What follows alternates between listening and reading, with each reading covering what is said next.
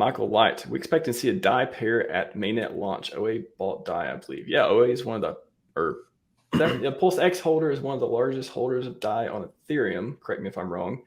How does that play into PulseChain?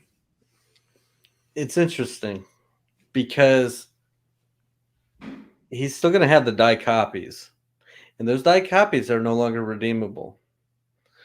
So even though he's one of the biggest holders, unless he becomes the exit liquidity by pairing that back to something else heavily, giving it value, he just becomes everyone else's exit liquidity, because you can't go redeem it for $1 worth of ETH. You can't go redeem it in the Maker protocol, the copy, for $1 worth of Pulse. So unless he wants to be the redemption mechanism that everyone's draining, like I just don't see that happening. Even I don't think bag size is a factor when it comes to these stable coins. I think those pools will go to zero very fast.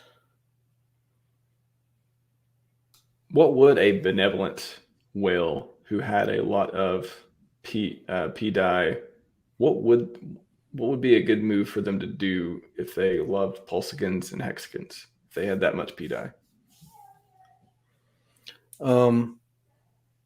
I don't know the answer to that, right? Because if that guy were to dump all his PDAI, then he's just acquiring Pulse or the ERC20s or whatever out of a pool before other people. So is that a benevolent act? Or is that like, oh, I just front ran you with all my DAI? Okay. Or I don't know. No expectations. I just don't think, I actually don't think anything should happen with all that DAI.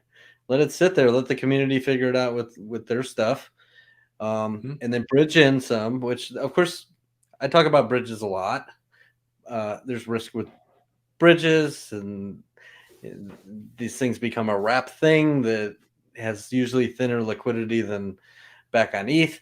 So, but we have to have them. We have to have stuff bridged into the chain. And that's what people should be focusing on. How do we get people to bridge in value to PulseChain, period?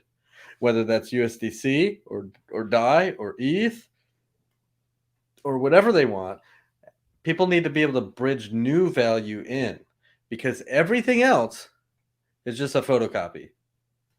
We need actual, real, redeemable, swappable, send back to exchangeable value brought into PulseChain to give PulseChain value, period.